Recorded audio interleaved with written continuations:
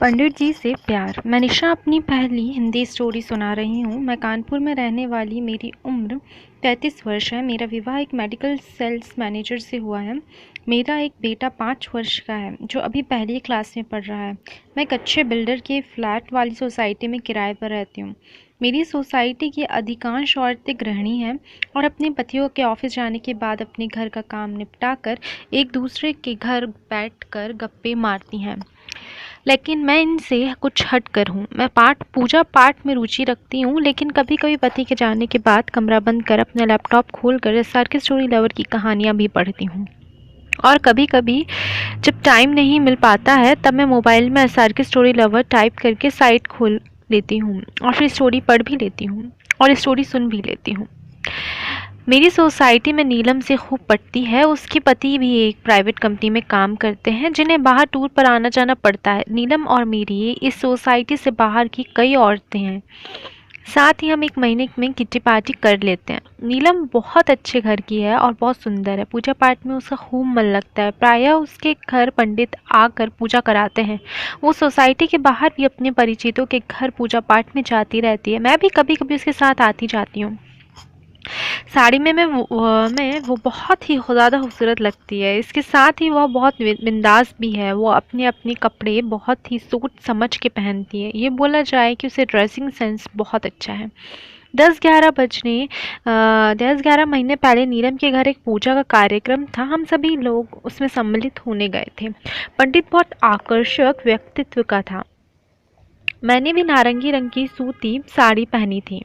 Blouse भी गहरे गले का था। मैं पूजा के काम में सहयोग कर रही थी तो पंडित की नजरें बार बार मेरे ब्लाउज के अंदर ही की दरार और कभी कभी मेरे पूरे शरीर को नाप रही थी। यद्यपि इससे पहले जब कोई गैर मर्द इस तरह देखता था तो मुझे बहुत बुरा लगता था, लेकिन पता नहीं क्यों उस दिन मुझे भी मज़ा आ रहा था। पंडित जी कभी कभी मुस्कुरा भी देते और कभी कभी कोई सामग्री मांगने के लिए मुझे बालिके कहकर संबोधित करते। एक आध बार फूल आदि देने में मेरा हाथ भी उनके हाथ से छू गया था, पर मैंने कोई रिएक्शन नहीं दिया। हाँ, कभी कभी मुस्कुरा ज़रूर देती थी। लगभग 2 बजे पूजा ख़त्म हो गई और सभी लोग अपने अपने घर चले गए। मैं भी अपने घर जाकर कपड़े चेंज करके सो गई। लगभग 4:30 बजे शाम को उठी, चाय पी और पति से बात करने के लिए मोबाइल खोजने लगी। कुछ देर बाद याद आया कि मोबाइल नीलम के घर ही छूट गया है। सलवार सूट पहना और नीलम के घर पहुंच गई। बाहर का दरवाज़ा खुला था, पर्दा लगा हुआ था। मैं अंदर गई तभी ड्राइंग रूम से जहाँ पूजा हो रही थी कुछ फुसफुसाहट की आवाज़ सुनकर मैं चुप हो गई। दरवाजे के पास जाकर खड़ी हो गई। कान लगाकर सुना तो नीलम कह रही थी, पंडित जी मैं आपसे प्यार करने लगी हूँ, क्या आप भी मुझसे प्यार करते हैं क्या? यह सुनकर मैंने कमरे में झांकने की कोशिश की, लेकिन ड्राइंग रूम का दरवाज़ा अंदर से बंद था। कमरे की खिड़की थोड़ी खुली हुई थी। झांक कर देखा तो दंग रह गई। पता नहीं पंडित कैसे मान गया। नीलम अभी भी वहीं बैठी ही थी। मैं डर के मारे कुछ ना कर सकी। इस रास लीला देखते हुए मैं अपना मोबाइल लेना भूल गई थी। मैंने बाहर आकर बैल बजाई तो थोड़ी देर में नीलम ने दरवाज़ा खोला और ड्राइंग रूम में ले गई। पंडित जी सोफे पर बैठे हुए थे। सब कुछ सामान्य दिख रहा था। ऐसा लग रहा था कि अभी कुछ देर पहले यहाँ कुछ हुआ ही ना हो। मैंने पंडित जी को प्रणाम किया तो उन्होंने प्रसन्न हो। मैं उनके सामने दूसरे सोफे पर बैठ गई। पंडित जी शांत भाव से बैठे हुए थे। मैंने नीलम को बताया कि मेरा मोबाइल छूट गया है तुम्हारा यहाँ। तो उसने कहा हाँ, मैंने कमरे में से मोबाइल लेके आती हूँ। तब पंडित ने मुझसे मेरा नाम पूछा। मैंने अपना नाम निशा बताया और ये भी बताया कि मैं भी इसी बिल्डिंग के पास के फ्लैट में रहती हूँ। तभी नीलम मोबाइल लेकर आ गई और कहा मैंने इसे रख लिया था और सोचा था कि अभी तुम्हें दे दूँगी, लेकिन पंडित जी को भोजन कराने और उनकी सेवा में ही व्यस्त हो गई थी। पंडित जी ने कहा नीलम बहुत सेवा करती है। मैंने सारी सेवा देखी थी तो मुस्कुरा कर कहा हाँ पंडित जी, नीलम बहुत अच्छी है। आप कभी मेरे यहाँ भी पूजन करा कर मुझे भी सेवा का अवसर दें। पंडित ने कहा अवश्य। पंडित जी को देखकर पता नहीं क्यों मुझे भी उससे देखकर मुझे पता नहीं क्यों हंसी आ रही थी, लेकिन कुछ कर नहीं सकती थी। तभी नीलम चाय बनाकर लाई। हम सब लोग चाय पी रहे थे। तभी मैंने पंडित जी से कहा मैं रुद्राभिषेक कराना चाहती हूँ, लेकिन मेरे पति अपने काम के सिलसिले में बाहर आते जाते हैं। मेरे घर पर नौकर भी नहीं है, तो घर पर रुद्राभिषेक कैसे करा सकती हूँ? नीलम ने पंडित जी से पूछा तो पंडित जी ने बताया कि वैसे तो वे इस समय हरिद्वार जा रहे हैं, लेकिन 2 महीने बाद मेरे एक जजमान के यहाँ 3 दिन का एक यज्ञ होगा। उसमें रुद्राभिषेक भी होना है। अगर मन बने तो यहाँ कार्य वहाँ हो सकता है। अपनी सहमति बताई। फिर कुछ देर और बातें हुई और मैं घर चली आई। दूसरे दिन मैं नीलम से मिलने उसके घर आई तो उसने बताया कि पंडित जी सवेरे चले गए। उसने बताया कि पंडित जी के आने से पूजा पाठ, खाना पीना और सेवा से बहुत काम बढ़ जाता है। मैं रात में 12 बजे तक जागी थी, एकदम थक गई हूँ। मैंने सहमति जताते हुए हंसते हुए कहा, कल जब मैं मोबाइल लेने आई थी तो तेरा दरवाज़ा बंद था। मैं अंदर आई तो नीलम एकदम से घबरा गई। उसके चेहरे पर हवाई उड़ने लगी। अचानक वो एकदम से लिपट कर रोने लगी। मैंने भी उसे अपने बच्चे की तरह गले लगा लिया और मैंने उसे कहा कि कुछ नहीं हुआ, ये सब ठीक है। फिर जाके वो मानी। फिर चाय पीने के समय उसने बताया कि उसके पति पिछले 2 साल से नहीं मिले। इसी सब से बचने के लिए वह अपनी दोस्त के साथ हरिद्वार गई थी। वही पंडित जी से मुलाकात हुई। वहाँ पंडित जी ने अपने जाल में उलझा लिया था। तब से जब पंडित जी आते हैं, मैंने उसकी बात मान ली क्योंकि वो तो मैंने खुद ही देखा था। हम थोड़ी देर ऐसे ही बातें करते रहे। थोड़ी देर बात करने के बाद हम लोगों बैठे बैठे यूं ही इधर उधर की बात करने लगे। फिर मैं अपने घर चली गई। धीरे धीरे महीने की तारीख गुजरती गई। एक दिन नीलम ने कहा, पंडित जी 3 दिन बाद आने वाले हैं, क्या तू रुद्राभिषेक कराना चाहती है? मैं तो यह सुनकर खुश हो गई। मैंने तुरंत हामी भर दी। मुझे लगा शायद नीलम ने मेरे विषय में कुछ कहा होगा, लेकिन नीलम ने बताया कि उसकी पंडित जी से कोई बात नहीं हुई थी, बल्कि पंडित जी ने उसे खुद याद किया है। तब मुझे लगा कि शायद पंडित खुद ही मुझे चौंकाने के फिराक में है। मैं मन ही मन खुश हो गई। नीलम ने बताया कि पंडित जी का कार्यक्रम उसके जजमान सिंह साहब के फार्म हाउस पर होना, जो शहर के बाहर 2-3 किलोमीटर दूर है और प्राय मैरिज लॉन की तरह बुक होता है। वहाँ एक बड़ा हॉल है और 4-5 कमरे हैं। एक दिन पहले नीलम ने बताया कि वह वहाँ गई थी, सिंह साहब की पत्नी से मिलकर आई है। 3 दिन पूजन होगा। इसमें सिंह साहब के परिवार के ही सदस्य रहेंगे। तीसरे दिन रात में प्रसाद वितरण के बाद रात्रि भोज होगा जिसमें बहुत लोग होंगे। दूसरे दिन रुद्राभिषेक होगा। मैंने अपने पतिदेव को बताया कि मैं और नीलम उस पूजन कार्यक्रम में जाएंगे तो उन्होंने हामी भर दी। पूजा के दिन मैंने गुलाबी रंग की साड़ी पहनी थी, जबकि नीलम ने हल्के नीले रंग की साड़ी पहनी थी। हम 2 गले से पतली सोने की चेन पहनी थी। कुल मिलाकर हम दोनों बहुत ही सुंदर लग रही थी। हम लोगों को अपने पति ने कार से छोड़ दिया और अपनी ऑफिस चले गए। पूजा 9 बजे शुरू हुई। पंडित जी के साथ उनका एक सहयोगी पंडित और आया था। वो भी बहुत आकर्षक व्यक्तित्व का था। वहाँ पे और भी लोग खड़े थे। पूजा के बीच में ही हम लोगों की अच्छी जान पहचान हो गई। लगभग 1 बजे पूजा पूरी हुई तो सिंह साहब की मिसेस और उनकी बहन दूसरे कमरे में चली गई और बहू हम लोगों के साथ रुक गई।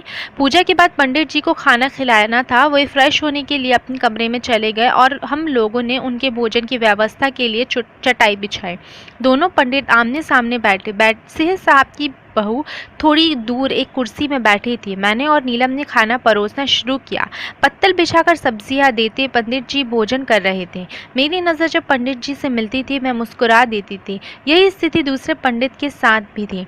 वो भी नज़रों से हम दोनों को देख रहा था। थोड़ी देर बाद भोजन समाप्त होने पर दोनों पंडित अपने अपने कमरे में हाथ धोने चले गए। बाकी हॉल में एक और खाना खाने बैठ गए, जिन्हें वहीं के लोग खाना खिलाने लगे। पंडित मुंह धोकर बाथरूम से बाहर आए और हमने अपने तख्त पर बैठ गए। मैं और बहू सामने खड़ी थी। हमें देखकर उन्होंने हमें सामने सोफे पर बैठने को कहा। बहू को देखकर मुस्कुराते हुए बोले, तू बड़ी भाग्यवान है जो इस घर की बहू बनी। तेरे सास ससुर बहुत सम्मानित और सज्जन लोग हैं। पंडित ने उससे अच्छे दाम्पत्य जीवन के लिए नित्य प्रति सुबह स्नान आदि के बाद अपने सास ससुर का प्रणाम कर उनका आशीर्वाद लेने को कहा। बहू ने पूछा, पंडित जी आप क्या हाथ देखते हैं? तो पंडित जी ने मुस्कुरा कर कहा, अवश्य, किंतु मैं आराम से देखकर आपको बताऊंगा। थोड़ी देर और इधर उधर की बातें हुई। तभी एक नौकर ने आकर बहू को बताया कि उसे उसकी सास बुला रही है। मैं पंडित जी से अभी आई कहकर उसके साथ चली गई। उसकी सास ने बताया कि वह बाहर खाना नहीं खाती और बहू को घर चलने को कहा। मैंने बताया कि मेरे पति अभी थोड़ी देर में हम लोगों को लेने आएंगे, तो उन्होंने अपने कमरे में भोजन करके और पंडित जी का ख्याल रखने की हिदायत दी और बहू को साथ लेकर चली गई। मैं वापस पंडित जी के पास आ गई। मुझे देखकर पंडित जी मुस्कुराते हुए बोले, बालिके तुम तो बहुत समझदार हो और पूजा पाठ सेवा में बहुत मन लगता है ना। मैंने कहा जी पंडित जी, सब आप लोगों का आशीर्वाद है। पंडित जी ने मुझसे कहा तुम्हारा नाम तो निशा है ना। मैंने कहा जी। पंडित जी ने कहा तुम्हारा नाम निशा नहीं शशि होना चाहिए था। मैंने पूछा क्यों पंडित जी, तो उन्होंने कहा निशा मतलब रात होता है जो अंधेरों को बताता है, जबकि आप चांद सी उजली हो। मैं मुस्कुराई तो उन्होंने कहा तुम बहुत अच्छी हो। तभी नीलम भी आ गई। हम दूसरे कमरे में चले गए, खाना खाया और घर चले आए। मैंने अपने पति को बताया कि कल पंडित जी का रात का भोजन अपने यहाँ है, तो उन्होंने बताया अरे मैं तो कल ऑफिस के काम से दिन के लिए दिल्ली जा रहा हूँ। उन्होंने हवाई जहाज़ की टिकट दिखाई तो मैंने उन्हें कहा अच्छा चलो ठीक है। दूसरे दिन हम दोनों फिर वहाँ गए। दिन में खूब अच्छे ढंग से रुद्राभिषेक हुआ, लेकिन आज हम पंडित जी को रात के भोजन की याद दिलाते हुए जल्दी घर आ गए। रात का खाना बनाने के बाद मैंने स्नान किया और मैरून कलर की साड़ी पहनकर खूब अच्छे तरीके से तैयार हो गई। ड्राइंग रूम में बेला की महक वाले रूम फ्रेशनर को छिड़का दिया। नीलम को पूछा तो वह भी तैयार हो गई थी। नीलम के पति पहले से ही शहर से बाहर थे, वो भी मेरे ही घर आकर इंतजार करने लगी। लगभग 7:30 बजे पंडित जी अपने साथी के साथ आए। हमने पैर छू कर प्रणाम किया और ड्राइंग रूम में बैठाया। लगभग 1 घंटे पंडित जी ने अपने पूजन के कई किस्से सुनाए। उसके बाद लगभग 9:30 बजे हम दोनों ने उन्हें भोजन कराया। पुजारी जी और उनके सहयोगी कुछ देर ड्राइंग रूम में बैठे रहे। इस बीच हम दोनों ने भी खाना खा लिया। खाना खाने के बाद नीलम ने कहा पंडित जी मुझे कल के प्रोग्राम के लिए इनसे कुछ बात करनी है, तो मैं इनको अपने साथ ले जा रही हूँ। पंडित जी ने हामी भर दी। नीलम के जाने के बाद मैं और पंडित जी ही रह गए थे। मैं बहुत खुश हुई और पूछा मेरा कौन सा नंबर है। मैंने बताया पंडित जी ने आपसे अलग तरह से प्यार करती हूँ, क्या आप भी करते हैं? अगर करते हैं तो फिर जल्दी से बोल दीजिए। पंडित ने कहा मैंने सोचा तो नहीं, लेकिन तुमसे अच और कोई नहीं। मैंने बताया नहीं, आपको हाँ बोलना ही पड़ेगा, और उन्होंने जल्दी से हाँ बोल दिया। फिर दूसरे दिन सुबह 5 बजे पानी गिरने की आवाज़ से नींद खुली तो देखा पंडित जी नहा रहे हैं। थोड़ी देर बाद पंडित जी नहा के निकले और पूजा पाठ पर जजमान के यहाँ जाने को तैयार हो गए और ड्राइंग रूम में बैठ गए और मेरे बच्चे को तैयार कर स्कूल छोड़कर आ गई।